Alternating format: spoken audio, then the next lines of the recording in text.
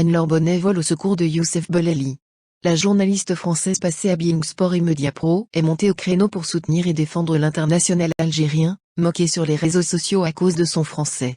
Tout ne se passe pour le mieux pour Youssef Boulali au Stade brestois, club qu'il a rejoint le 31 janvier dernier. Le joueur a essuyé des critiques après son premier match sous ses nouvelles couleurs disputé face à Rennes. Il est vrai que Youssef Boulali n'a pas été brillant lors du derby perdu d'ailleurs par son équipe sur le score de 2-0.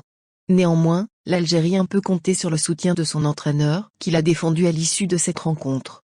Difficile de juger Youssef sur ce match. On va essayer de le mettre dans les meilleures conditions, a déclaré Michel Derzakarian. Youssef Boulali, loué pour sa technique, n'est d'ailleurs pas parvenu à se mettre en évidence. En témoigne son nombre de tentatives de dribble. Très discipliné, l'Algérien a toutefois fait preuve d'une activité intéressante, récupérant 5 ballons, un nombre conséquent vu son poste, a-t-il encore dit.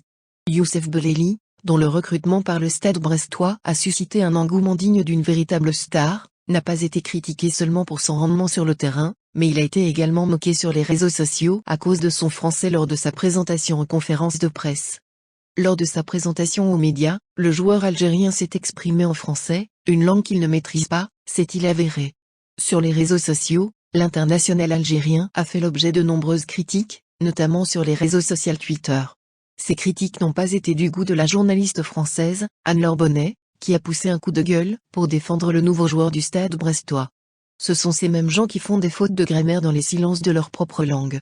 Se moquer de quelqu'un qui fait l'effort de parler notre langue, c'est comme cracher sur quelqu'un qui vous tend la main.